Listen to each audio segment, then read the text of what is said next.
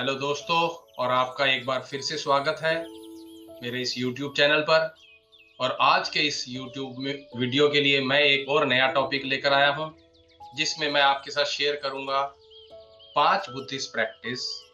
मतलब हाउ कितनी 5 Buddhist practice जिन्हें हम प्रैक्टिस करके अपने जीवन में एक शांति का अनुभव कर सकते हैं, एक सुकून भरा जीवन जी सकते हैं। और यदि आप ढूंढ रहे हैं कि कैसे अपने मन को शांत रखा जाए, कैसे हम अपनी आत्मा को एक सुकून में लेकर आएं, तो ये वीडियो आपके लिए है और ये चैनल भी आप ही के लिए है। जी हाँ दोस्तों, हम सब जानते हैं कि बुद्ध का मार्ग ही शांति का मार्ग है। लेकिन कभी-कभी हमें समझ नहीं आता है कि बुद्ध की कौन-सी शिक्षाएं हैं। हालांकि सभी शिक्षाएं हैं, लेकिन जो प्रैक्टिस की हम बात करते हैं, तो आज मैं वो टेक्निक्स लेकर आया हूं जिन्हें हम अपने अगर दिनचर्या में उतार लें, अपने जीवन में उतार लें, तो हम एक शांति भरा जीवन जी सकते हैं, हम एक सुकून भरा जीवन जी सकते हैं। तो आइए जानते हैं वो 5 टेक्निक जिनके थ्रू अगर हम प्रैक्टिस करें, तो हम एक डेफिनेटली शांति प्रिय जीवन जी सकते हैं। तो सबसे पहली है माइंडफुल ब्रीदिंग, यानी हम सचेत रहते हुए अपनी सांसों के ऊपर ध्यान दें। तो इसे करना कैसे है? एक शांत एकांत जगह पर हमें कुछ देर के लिए बैठना है। वो 5 मिनट भी हो सकता है, 10 मिनट भी हो सकता है। अगर आप ज़्यादा समय निकाल सकते हैं तो बहुत ही अच्छी बात है। तो एक शांत एकांत जगह पर बैठ जाएँ जहाँ पर कुछ समय के लिए आप डिस्टर्ब ना हो, कोई आपको डिस्ट्रैक्ट ना करे। और आप आराम से बैठने के बाद जैसे भी आप बैठना चाहते हैं, अपनी आँखें बंद कर लें और अपना सारा ध्यान अपनी साँसों के ऊपर लेके आएँ। जब आप सांस ले रहे हैं, उस सेंसेशन को, अनुभव को महसूस करें। और जब आप सांस छोड़ते हैं, तो भी उस सेंसेशन को, उस अनुभव को महसूस करें। आप नाक के थ्रू जब सांस लेते हैं, तो अपने नाक के एरिया के आसपास आप अपने ध्यान को केंद्रित कर सकते हैं।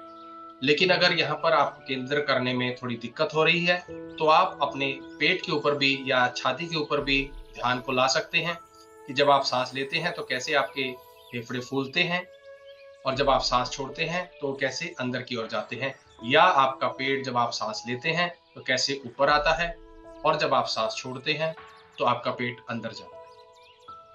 इसे रोज कुछ समय के लिए करें, इसके लिए समय निकालें।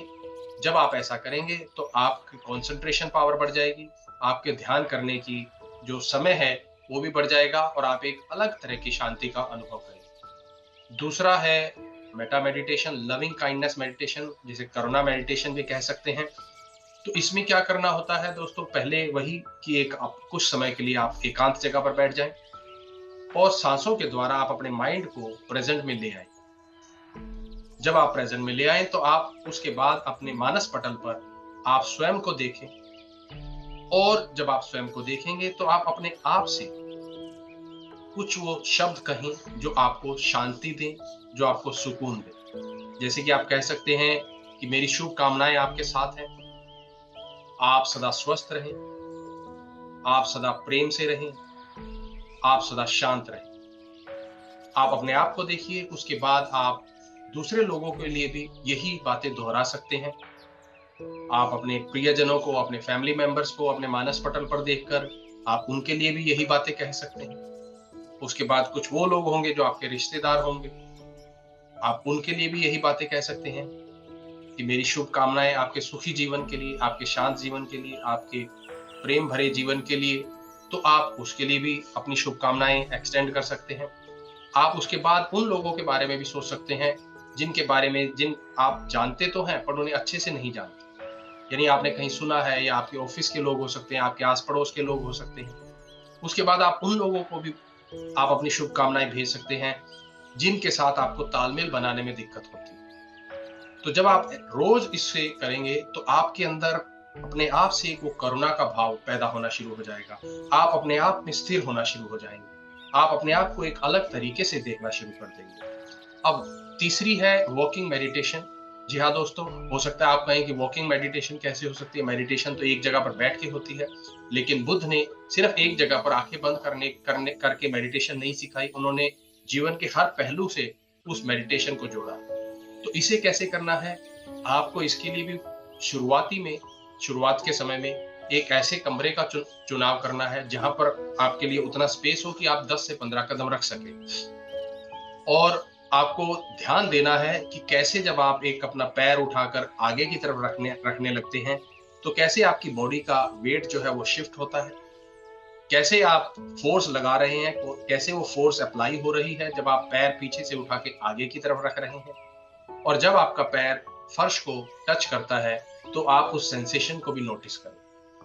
आप हर कदम को आप ऐसे ही मेडिटेशन में देख सकते हैं, उस फोर्स को, उस वेट शिफ्टिंग को, उस टच को के ऊपर ध्यान दें। और जब आपका यदि ध्यान कहीं और चला जाता है तो कोई बात नहीं, वापस से आप, जैसे ही आपको ये पता चलता है आपका ध्यान कहीं और चला गया है, आप अपने ध्यान को वापस उसी वॉकिंग के ऊपर ला सकते हैं। अब उससे अगला है, वॉकिंग मेडिटेशन के बाद इक्वानिमिटी यानी समता के भाव को अपने अंदर जागृत करना। हम सबके अंदर है, लेकिन हमें इसे प्रैक्टिस करना पड़ता है। तो कैसे समता का भाव हम अपने अंदर ला सकते हैं, और समता क्यों जरूरी है? क्योंकि हम हर दिन कुछ ना कुछ ऐसा एक्सपीरियंस करते हैं जो हमारे इमोशंस को चैलेंज करता है, जो हमारे थॉट को चैलेंज करता है, यानी जो हमारे लिए कुछ चैलेंज होता है। तो ऐसे में अपने माइंड को कैसे हम ग्राउंडेड करें, कैसे हम समान रूप से उस चीज को देखें, तो करना वही है कि पहले आप अपने आप को ग्राउंडेड करें